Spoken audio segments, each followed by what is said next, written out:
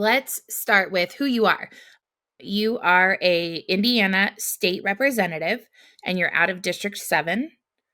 And can you talk a little bit about your journey of getting into politics and, your background and things like that? I would appreciate that if you would do that before we get started.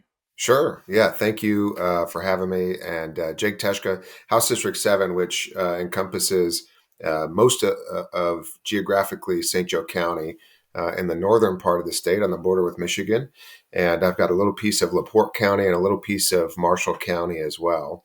And my journey really, I took an interest in politics early on. I think I was knocking on doors for our congressional candidate up here when I was 14, and really took an interest in getting involved in the political process as a way to affect change in my community, to impact what's going on around me. And so I actually went to college and was geared up, said, I'm going to go get my degree in political science. I don't know how many kids were itching to get their degree in political science.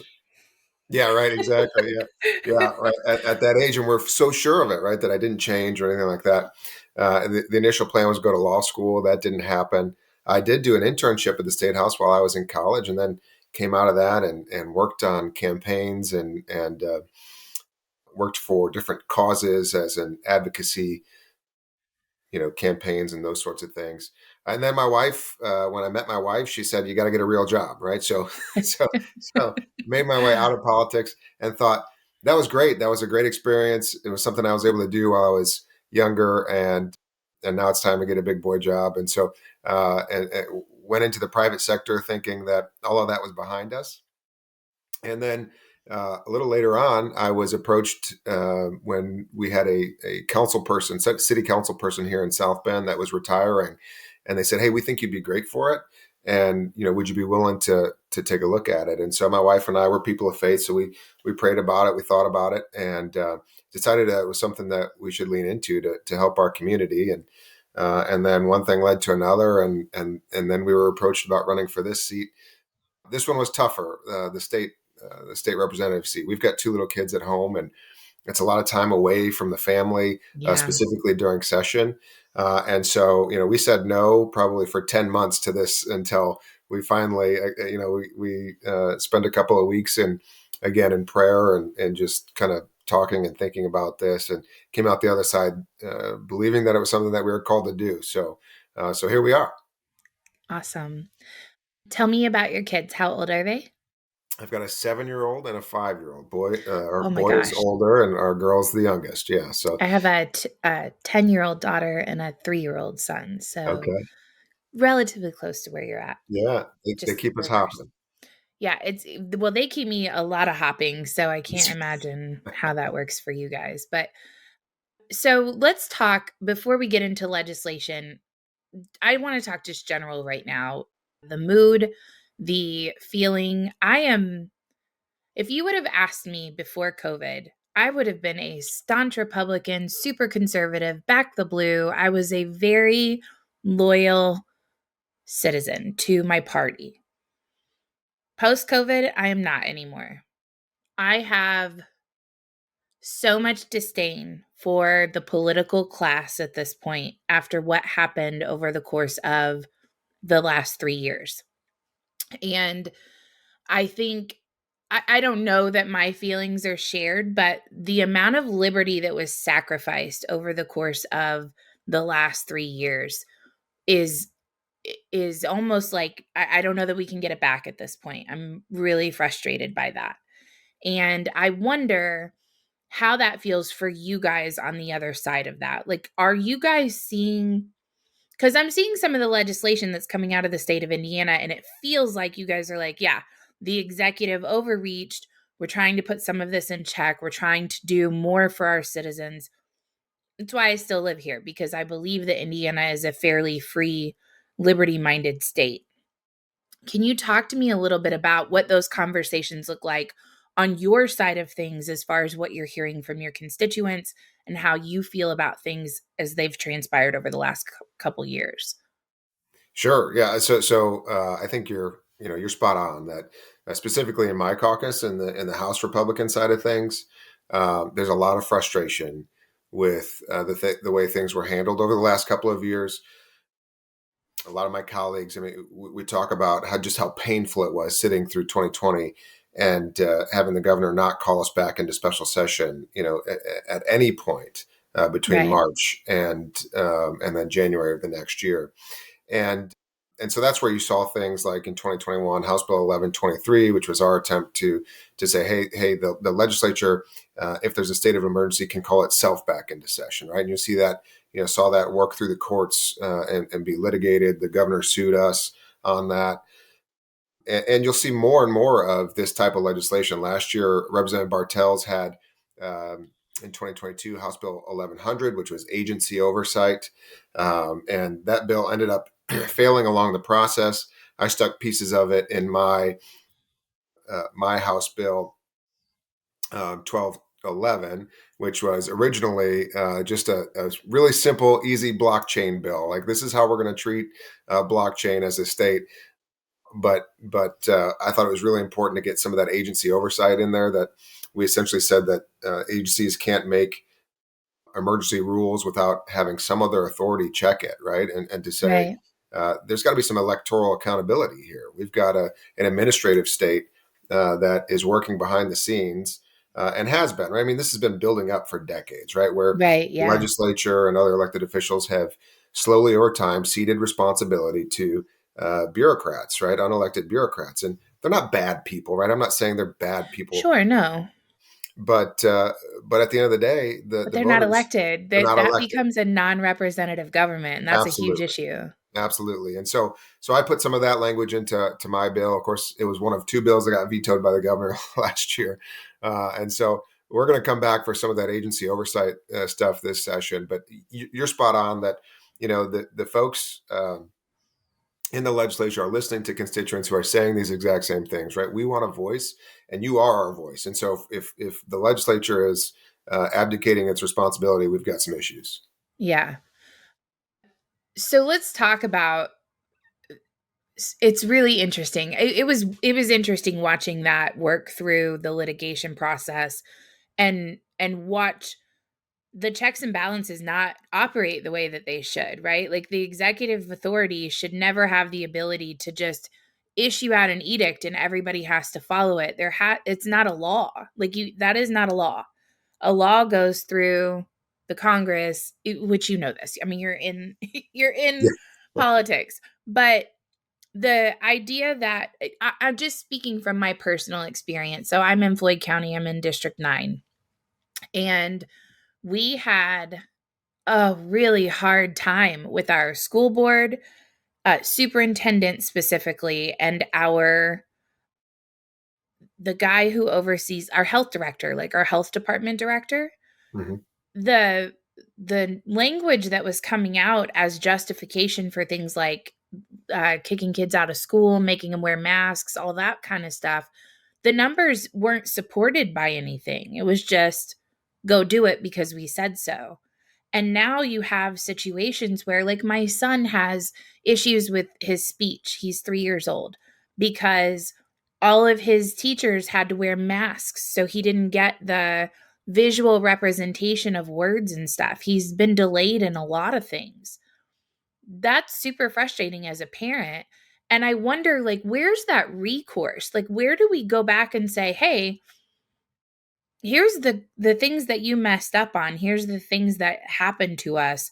There's no recourse there for the citizens. There's nothing where we can say, okay, this shouldn't happen anymore ever again. You should never have this kind of power again.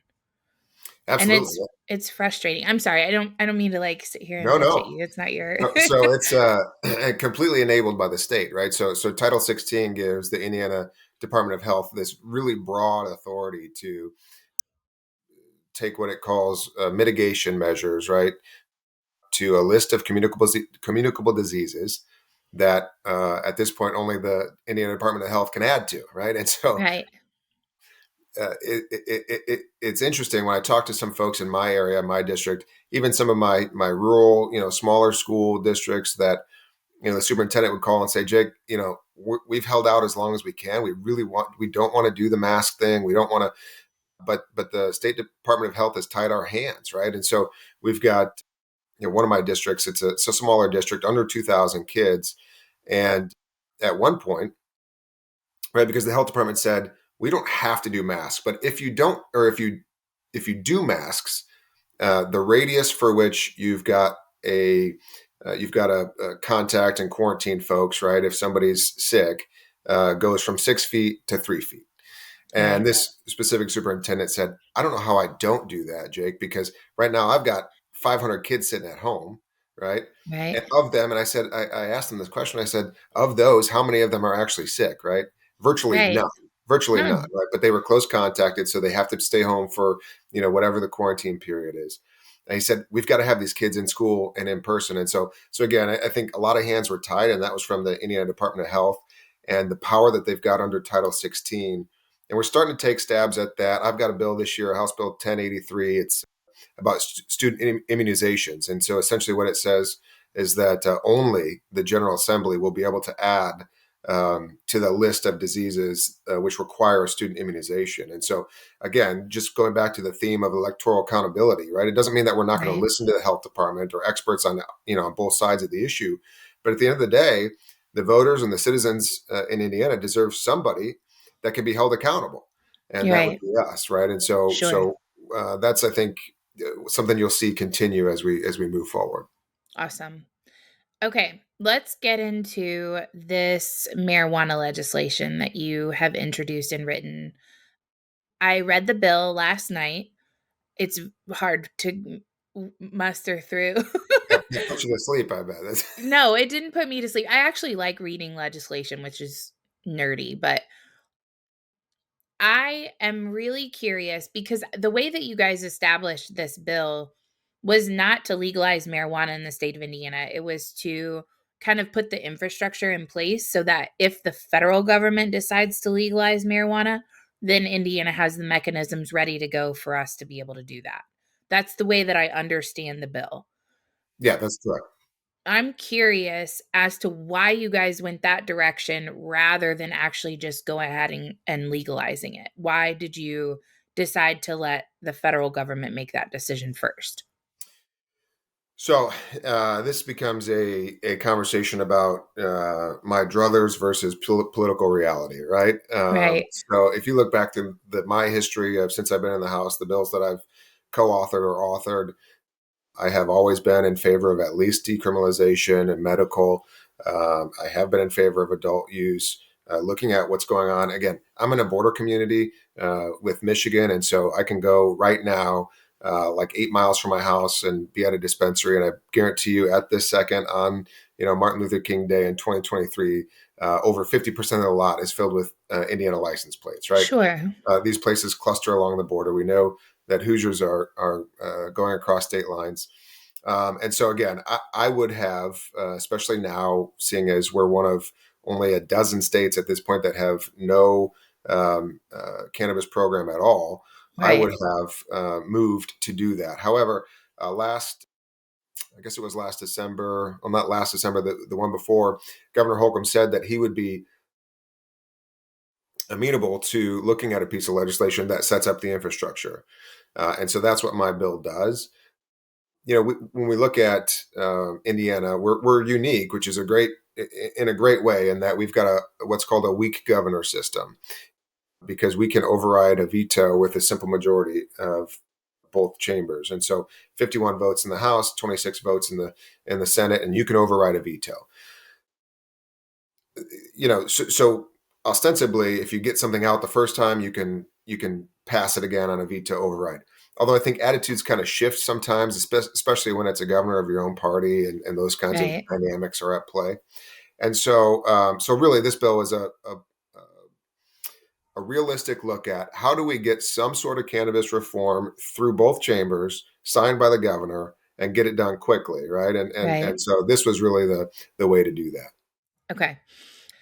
Can you talk a little bit about the infrastructure, the way that you have set it up, and how that maybe sets Indiana apart as a state compared to the way that some of the other states are running their cannabis programs? Absolutely, yeah. So coming into this, I'm a very free market guy, right? And so I wanted to make sure that we don't create another three-tiered system like we do with alcohol, where you've got all these different special interest groups that you've got to appease from this point into eternity. And wanted to make sure that we give Hoosiers a first crack at this market, right? I've got a hemp farmer in my district. We've got one of the largest CBD processors in the country down in the North Indianapolis area. We've got folks in CBD stores selling adjacent products all over the state. These are all people that are well suited to pivot into this new market if we give them the opportunity to. But if we don't set up our program right, we're going to see all these multi-state operators, these multi-million / billion-dollar companies swoop in and basically take control of the market, and we want to make sure that Right. that didn't happen. And so we kind of veer away from the dispensary model in my bill that other states like Michigan have gone to, and we set a set number of growers licenses and processor licenses, and those are changeable by the Indiana Cannabis Commission that we set up to meet consumer demand. But ultimately, on the retail side, we set up what's called a qualified retailer's permit. And so instead of doing a dispensary model where maybe only the well-connected and the well-heeled, right, the folks with a lot of money could actually get into the market, this would allow folks, your average Hoosier, to enter into this market and sell the product. Yeah. I thought that that was really interesting that you guys did it that way to allow, because it's when you talk about free market for the state, the people who live here to actually benefit from that. I thought that that was really good that you guys did it that way. So it's kind of frustrating for me that we're still so far behind. So the other piece of legislation that I've been looking at in the last few days, the Senate is flirting with the idea of doing away with the Indiana state income tax. And I think it's, if I remember my numbers correctly, I think it was somewhere around $7 billion comes Mhm. from Indiana state tax revenue. And the question that's being asked is, well, where do we find those dollars? Well, I mean, I can think of a lot of places we could maybe cut some things and we could find a lot of dollars. But I know in government, the word cut is not a very favorable word. But from a marijuana perspective, that to me seems a very like easy transition to say, you enter a consumption tax, bring marijuana in, you have a massive influx of cash to help compensate where Indiana taxpayers then don't have their income tax. That's it's a huge deal. Yeah, I think that when we look at this issue, I've been kind of avoiding the revenue argument of it, just because the state is so flush Sure. with cash, right? And so that's not a very compelling argument in either chamber at this point as to why we should move towards legalization. And actually, I'll being honest, my bill sets out probably the lowest tax structure in the country, and so realistically, to So it probably wouldn't bring that much it in would, then. yeah, no, it would probably bring in, and even in Michigan where they've got a fairly heavy tax, right? We're talking $200 million or less per year. So to bridge that $7 billion gap, it's going to take a lot more. And I would be in favor of where can we find to, tighten our belts a little bit in order Sure. to do something like that. That's because we're on the same page, but That's right. That's right. That's right. And so again, one of the things we know though too is that if you overtax, right? If you look at other states that have cannabis programs that are overtaxed, I'm thinking of California and some others. You're going to have a robust black market still, right? sure. Because if I can get it for quite a bit less on the street corner than at the actual regulated counter, I'm going to do that. And so we got to make sure that we take a balanced approach to this. Sure. Can you tell me real quick why Holcomb, maybe in conversation or in some of the stuff that he's put out, why he's opposed to? Because when I think of like states' rights, uh, you have many states that are thumbing their nose at the federal government at this point. You have Oklahoma essentially saying, we don't have to listen to any federal legislation anymore. Like they're introducing almost like secession at this point.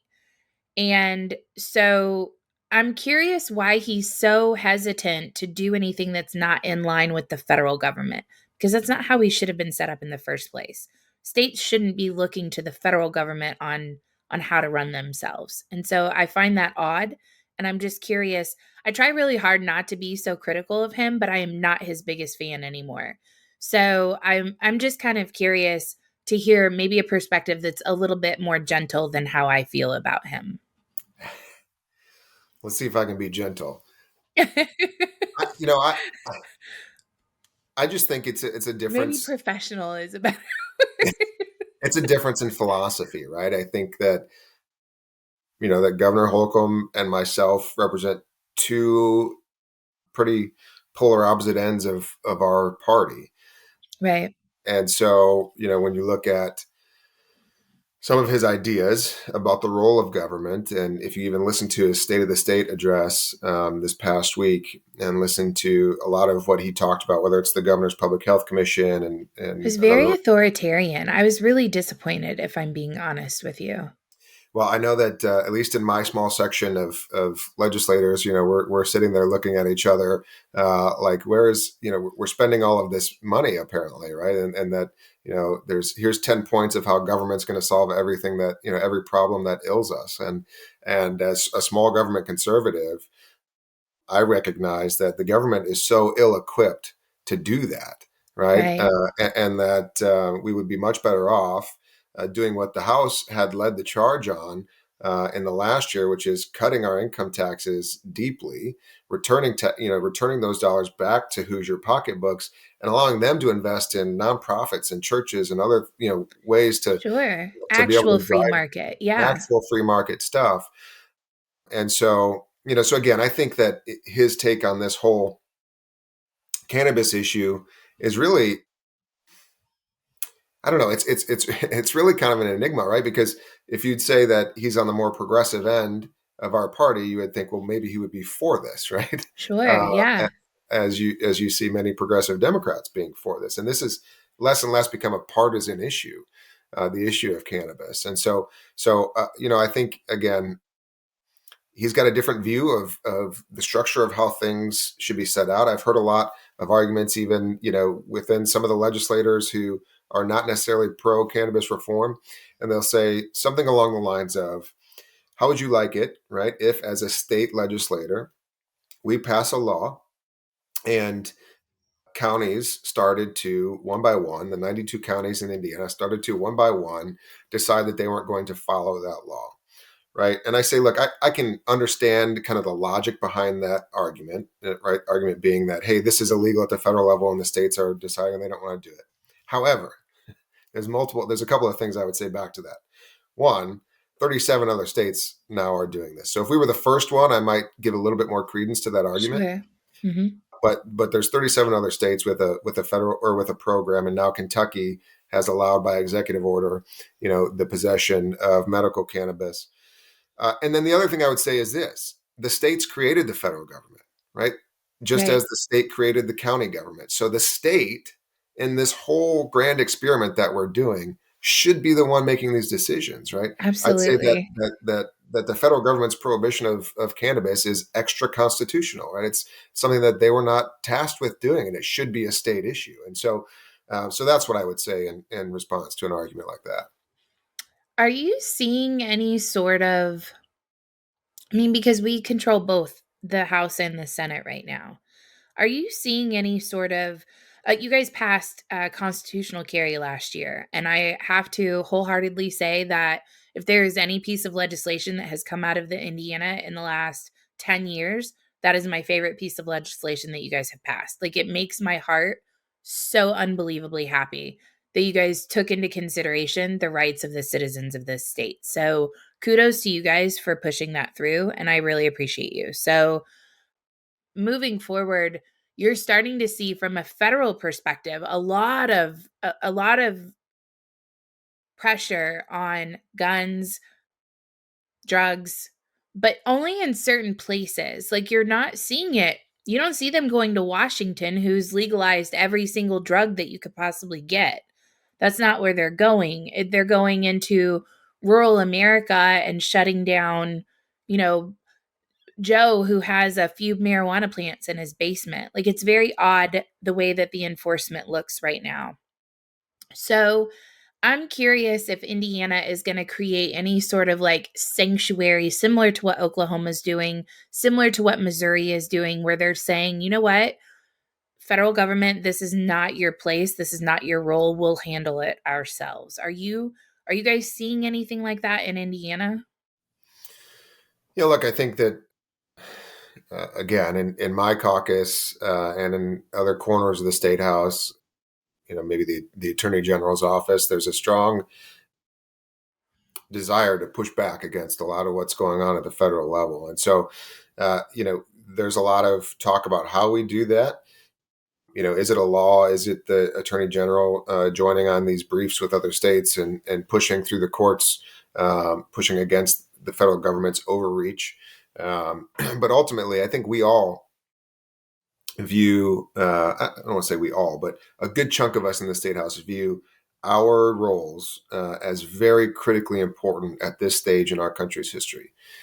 In that, you know, it's it's on us ultimately as state legislators, and I think more and more people are kind of waking up to that, right? And this is the way it was Yeah. supposed to be, right? And we, for so long, focused on Washington, and the news cycle focuses on Washington, and folks focus their, you know, all of the political energies that they might have on what's going on out there, without realizing that what's going on at the state house affects you more than what's going out there should ever or could ever, right? Right. And so while that seems, you know, sexy for lack of a better word, right? And Sure. well, maybe not sexy, more like a dumpster fire, right? Where you turn like A like reality TV show that you that's just right. can't You look can't. away from at this point. That's right. Yeah. You can't look away from it. I think we're seeing more and more people pay attention to what's going on, in their state houses, and I think that's the future, right? Is that the states are going to step up one by one and reclaim the authority that we've abdicated to the federal government, and say, no, no, no, this is our constitutional authority to, whether it's protect our Second Amendment rights, or push back on places where the government's overreached from the federal perspective. I think you're going to see more and more of that, and that's again, that's why I am where I am. I've got no interest in going and being out in that dumpster fire. This is hopefully my last stop on. I've got no future aspirations, if that's you know I think it's so important what we do at the state level to protect Hoosiers, that this is where I want to be. I know I'm moving into a lot of different subjects that I didn't initially tell you that we were going to discuss, but I want to talk about, I don't know how ingrained you are with Twitter. I know that's how you and I connected with one another, but are you seeing some of these Twitter files that are coming out that are showing the massive surveillance and overreach from the federal side onto citizens? So Texas and Florida have both passed legislation that says you're not allowed to silence our citizens on social media. Mhm. And that's working through the legislative process or the judicial process right now. But I'm curious.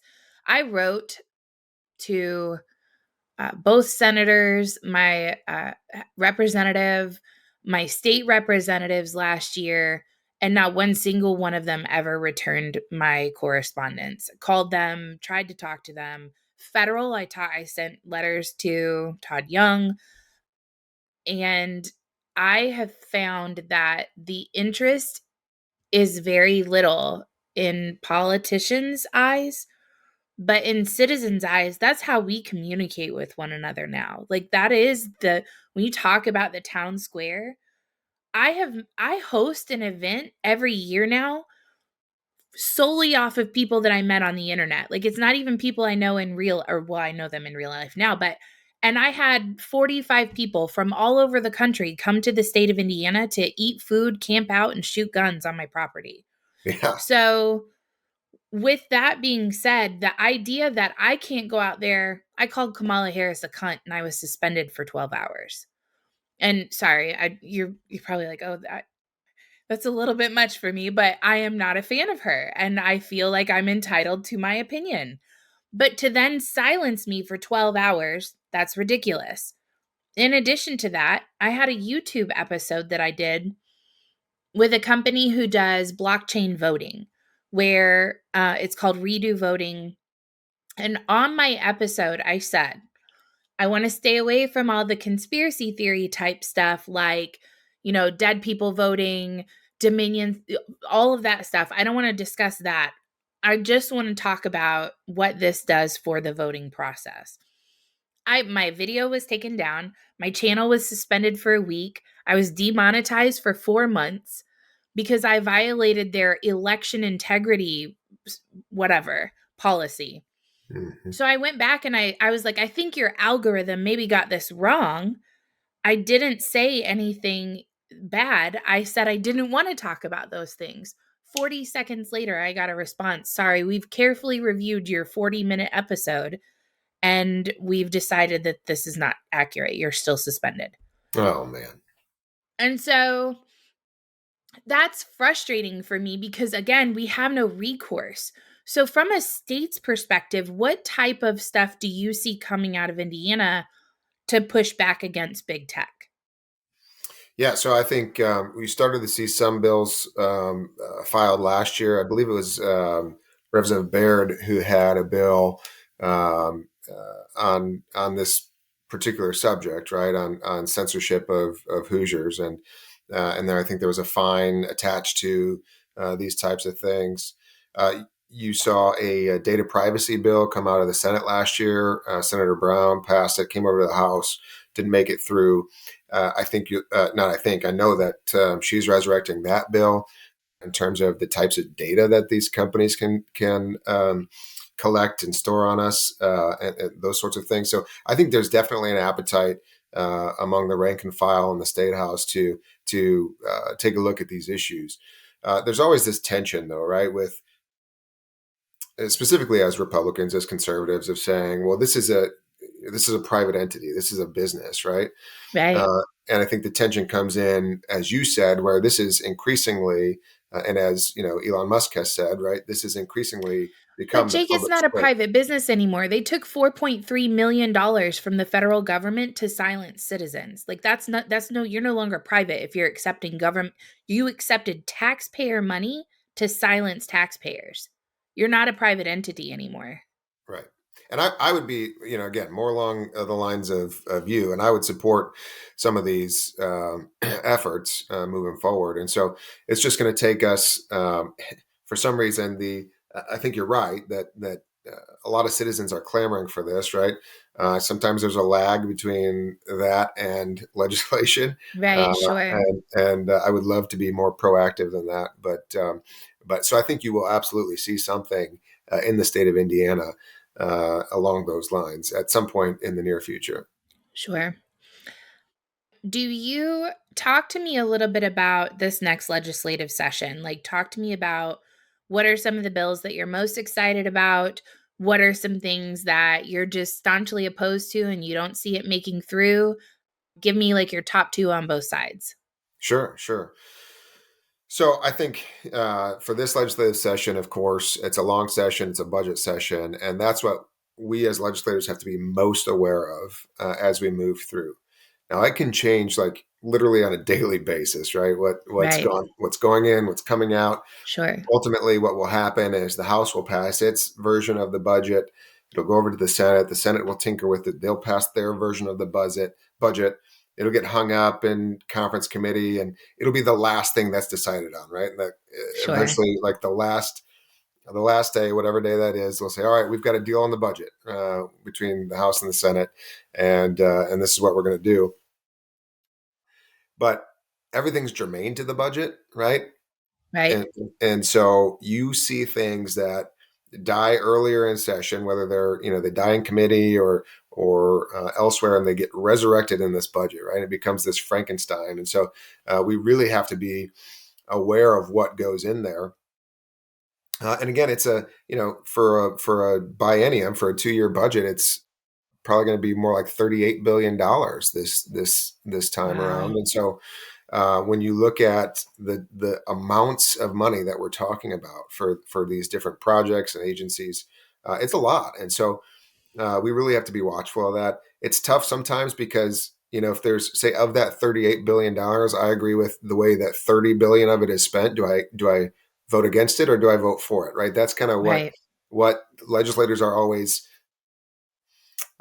up against, because we get an up or down vote, right? We don't get to subtract lines and then vote. We get an up or Sure. down vote. And so one of the things that I'm most concerned about is the Governor's Public Health Commission spending, right? I think we opened this discussion, you and I, talking about kind of the abuses of the public health. Can you go into a little bit more detail about what that entails or how he's planning on Sure. running that? Yeah, so there's at least a piece of the Governor's Public Health Commission that I can get behind, and that is they talked about the disparity in EMS service in the state, and how do we look at bridging that gap. And some of it's training and recruitment of EMS. Some of it's how EMS is housed even at the federal level. It's housed under the Department of Transportation, because back in the day, EMS was really just a way to get you from the scene of the trauma to the hospital as fast as possible.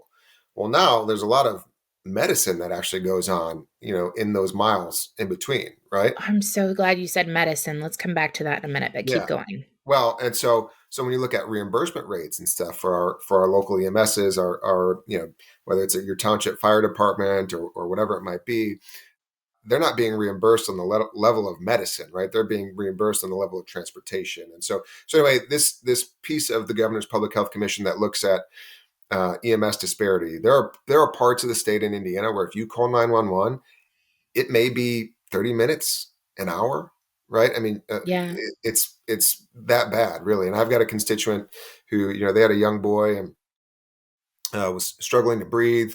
Their volunteer department showed up. They didn't have the equipment nor the expertise to take care of it, so they had to send another unit out of South Bend, and that took 20 minutes. And when you're talking about breathing, right, this is Right. seconds matter. And so that's a piece of that I can get behind and agree with. So if we segregate just that part and we vote on that, I would be probably in favor of it.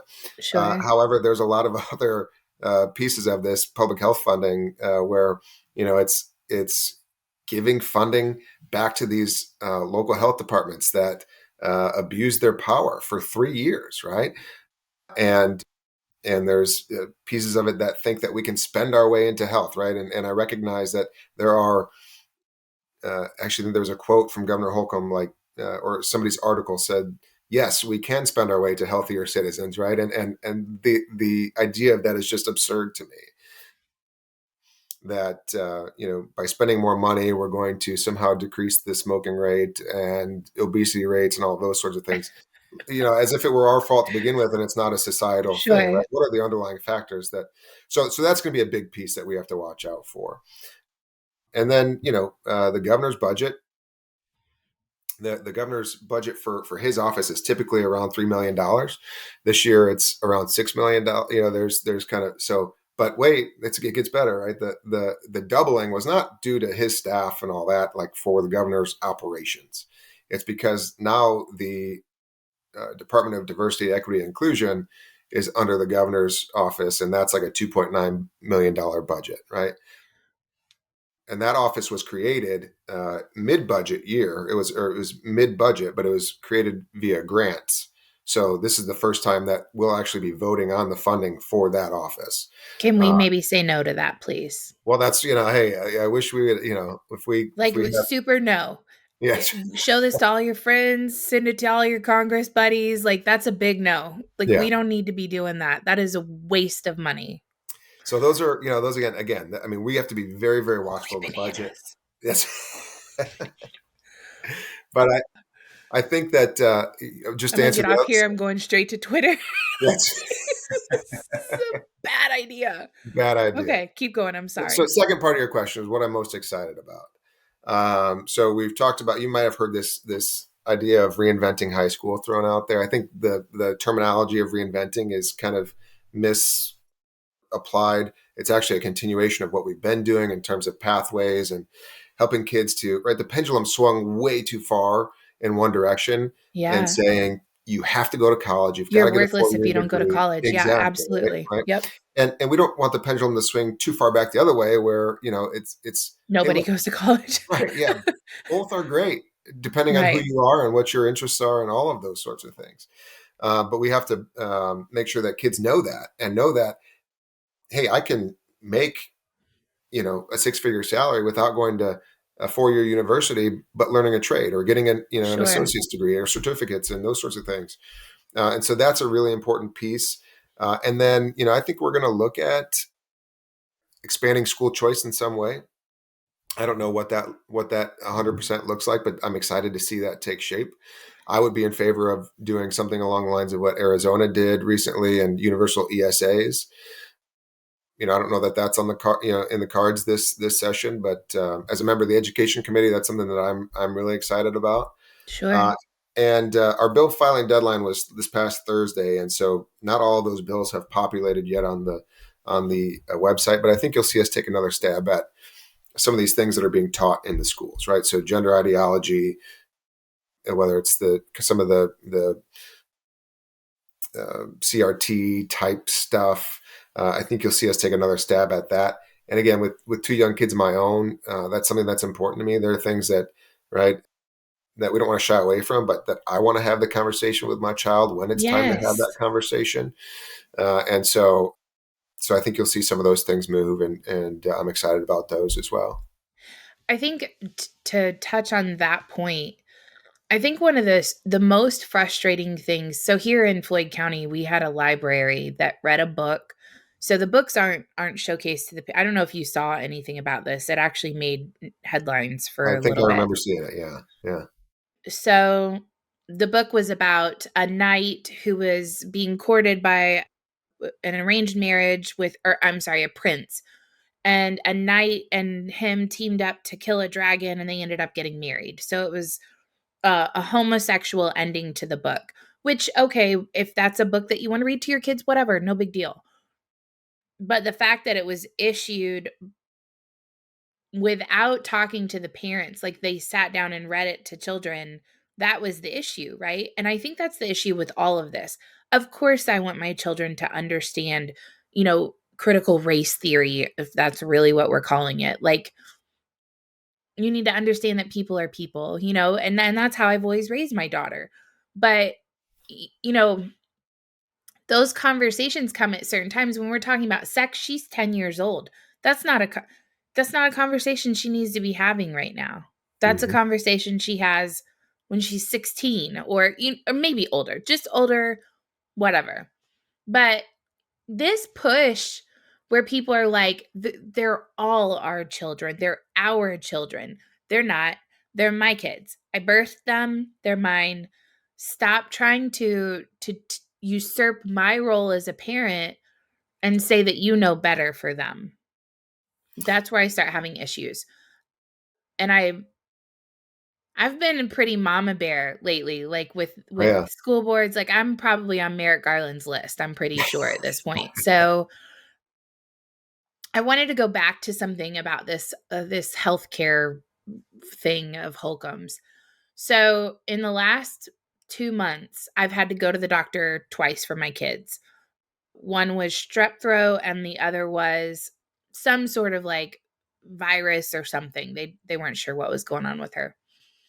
They put her on an antibiotic. They put him on an antibiotic. For him, I was in Indy traveling. I did like a computer type appointment, like where they looked at the blisters on his throat. They're like, we're going to call in his prescription. So that pharmacy didn't have the prescription. I'm like, okay, no big deal. We'll get it when we go back home. So we went home on Sunday. They didn't have it. Monday, they didn't have it. Finally, on Tuesday, I was able to secure penicillin for my son. And so and that was 6 pharmacies that it took for me to get the drug. So we're getting to a point where we're worried about diversity and inclusion, but we're not worried about having medicine readily available in our pharmacies. Like, is Indiana doing anything from a production perspective to ensure ourselves against some of these supply chain issues? I know one of the points of trying to remove this state income tax is to help drive businesses and motivate them to be here. Is Mhm. that something that Indiana's looking at as far as helping parents make sure that we don't get hit with that stuff as hard? Does that make sense? Yeah, absolutely. I think, and you're spot on, right? Unfortunately, a lot of this is national, even international, in terms of where the medicines are coming from and being shipped from. And so we've had and we've seen over the last couple of years these just complete breakdowns of our supply chain for one reason or another. And starting with, I mean, starting with COVID, right? I mean, you shut down a plant for a month. What do you expect is going to happen, right? Right. Um, and then you've seen things, since then, whether it's the baby formula thing, the plant up in Michigan that had to be shut down, and so there's just been these like breaks along the way. Right. Now, I will say that I think Indiana's in a really good position. We for our population, our size, our all of these things. We've got quite a bit of life sciences here, right? So we've got some Abbott, we've got some, of course, some Eli Lilly, and although we don't agree with everything that right they might do or say, Sure. it's in terms of medicine and the availability of medicine, it's great to have those places nearby. I'll say, I think that some of the Biden COVID tests, right? I think those were Abbott tests, and they came, out of Indiana, and so yours and my tests might have been less frozen than somebody's uh, somewhere else in the country, but I ultimately, guess maybe okay, so I want to rephrase my question. sure. So like if I called my pediatrician right now and I said, "Hey, I really just want to stock up on a couple of antibiotics just in case, so that I have that from a preparation perspective." It's just antibiotics. It's not like I'm asking for oxycodone or something. I can't do that. Mhm. Is there anything like that where you're giving parents the ability to kind of set themselves up so that they would have something if something like this happened? Does that make sense? It makes complete sense. And as a parent and as a husband of a fellow mama bear of yours, and she's making sure that we are prepared for all of these things and trying to make sure that we can weather any kind of storm. And so I can see that absolutely. I don't know specifics right now. I do know that we're taking a lot of interest in healthcare this session, right? There are going to be a lot of things that if you look at some of the bills that have been filed already with regard to hospitals and costs and the practices that they're doing, there's going to be some insurance stuff in there as well. And I think, the stocking up piece would be part of an insurance question as well, which Right. is, would they pay for it? Those sorts of I'm things. an insurance agent, so that's what makes this funny. Well, there you go. Well, there you go. So yeah, I mean, healthcare costs, right, in the state are just astronomical compared to even, I mean, in Illinois, I can go, 90 minutes to my west and get an MRI for like half the cost that I can get it here in Indiana. And why is that? Right. Well, part of it is z- virtually zero competition in the insurance marketplace, with Anthem having, I mean, a lock on the state, All of it. Yep. all of it, the hospitals, right, and this game that they play with the insurance companies, and like all of these things, and then on the pharmacy side, on the medicine side, is you're talking about, you've got the PBMs in the middle, right, Yep. doing all this dealing, and so there's a lot of stuff to look at when it comes to that, and I think this is an important piece of it. I think that Indiana would be so I actually work in Kentucky. I work in Louisville because I'm right here across the river. Yeah, But Kentucky introduced association healthcare plans, and that has been a game changer there. And I think Indiana could look at possibly doing something similar to that. absolutely. But anyway, that's a whole nother topic. I have had you for almost an hour, so I will not keep you any longer. I appreciate you taking your time on your day off to sit down with me and talk. I've I'm excited to see what Indiana brings during this legislative session. I am more excited to see you put Governor Holcomb in check than anything at this point. So, but good luck on this piece. I know you guys just introduced the marijuana bill last week. As somebody who would 100% participate in recreational use if it was legal, I'm stuck with CBD right now, but as soon as you guys pull that trigger, then I'm So, going to be a regular user of said substance. So yeah, I and still a really productive appreciate it. member of society, right? Yeah. Well, and Yes, still be a good mom, like, it's and that's the thing. And I it's So my argument has always been I don't understand why alcohol is legal. No big deal. I can go get wasted, but it's tons of calories. It's batter, worse for my body. Yeah. But if I just go eat a CBD gummy, like I'm good. Yeah. Like just let me have weed. Yeah. It's way better. You're And then you absolutely can right. tackle the obesity crisis in the process. Like people's Well, except livers you will be might grab better. some munchies after that, right? Oh, okay. Yeah. Fair Got to point. watch out Fair for that. point. Just make sure you've got plenty of like carrot sticks and celery nearby. Right, sure. That's awesome. Jake, thank you so much for coming on with me. I'll Hey, thank probably you. have you on again if you don't mind coming Would back love to. sometime Yeah. as you work through the session. So thank you so much. I really appreciate it. All right. Thank you. Thanks for having me. All right, have a great day. You too.